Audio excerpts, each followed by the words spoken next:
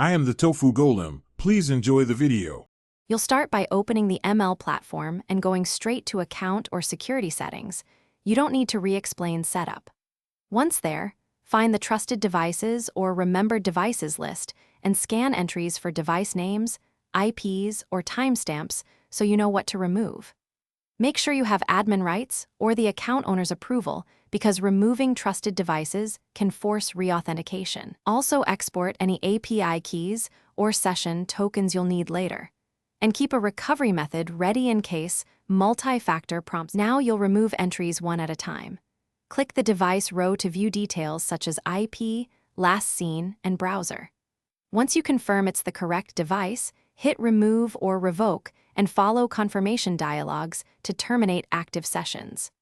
If the platform offers token revocation or session clearance, use those options to ensure no lingering access remains. Make sure to repeat for all devices you don't trust and leave any current device you are using intact until final verification is complete. Finish by signing out of all sessions from the security panel or perform a global sign-out, then sign back in to verify multi-factor prompts and that removed devices no longer appear.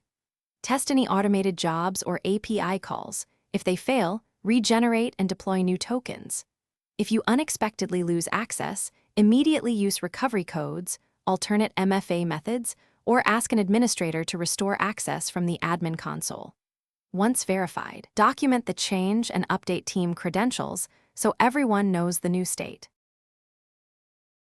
Thanks for watching. Consider subscribing if we helped you today.